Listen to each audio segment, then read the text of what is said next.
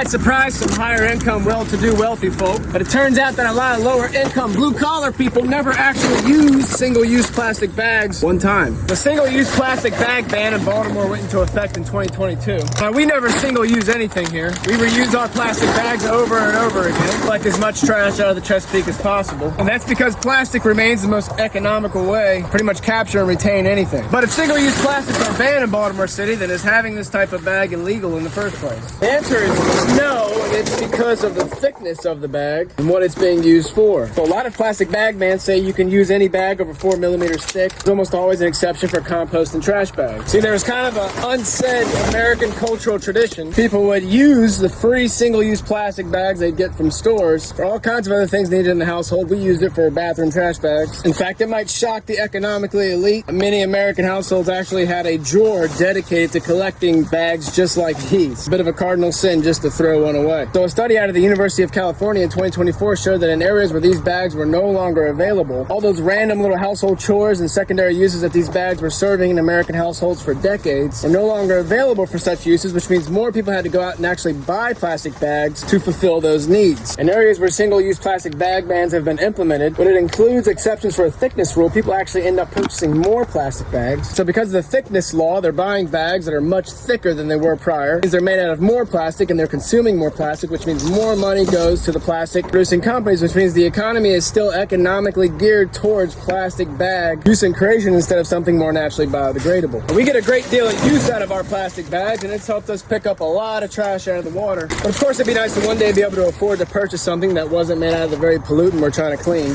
But until then, we'll just keep on reusing.